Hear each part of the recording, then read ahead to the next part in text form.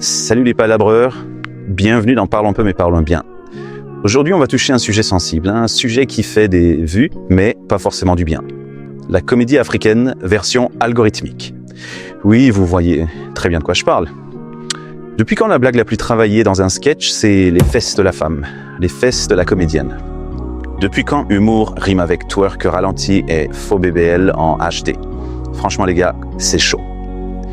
Avant, la comédie africaine, c'était fin, c'était intelligent, c'était piquant. Aujourd'hui, tu cliques sur un sketch et tu te retrouves dans un mélange bizarre entre soft porn, TikTok et imitation low cost de Cardi B.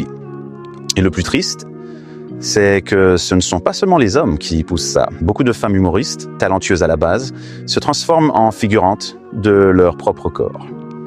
Elles n'ont même plus besoin de punchline, la blague, c'est leur derrière, c'est tout. Mais on va pas se mentir, ce phénomène ne vient pas d'Afrique. C'est un virus importé, un produit made in USA.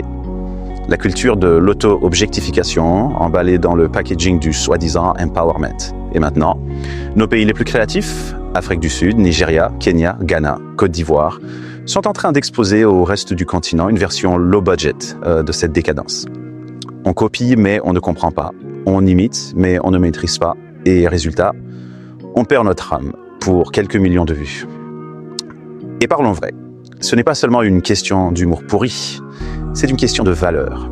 Parce que quand la comédie devient un prétexte pour montrer des corps, quand les enfants consomment ça, quand les adultes normalisent ça, on est en train de détruire un des derniers espaces plutôt, où l'esprit devait primer sur la chair.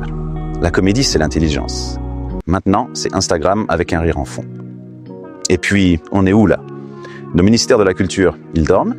Les conseils artistiques, ils regardent ailleurs? Personne ne veut assumer que si l'humour africain devient un cabaret 2.0, c'est aussi parce que ceux qui devraient défendre nos valeurs préfèrent défendre leur popularité. Bien sûr, condamner ce phénomène, ça rapportera pas de likes, donc silence radio. Alors voilà mon message aux créateurs qui pensent que la seule façon de percer, c'est de montrer un bout de corps. Vous valez mieux que ça. Votre art vaut mieux que ça. Et votre continent mérite mieux que ça. Si ton humour commence par un BBL, la seule chose qui rigole, c'est notre dignité, qui s'enfuit en courant. Alors ici c'est moi, pour Parlons peu mais parlons bien. Lève le niveau frère, lève le niveau sœur. Le reste, c'est l'algorithme qui te dicte ta vie. Et ça, c'est une blague. Allez, à la prochaine.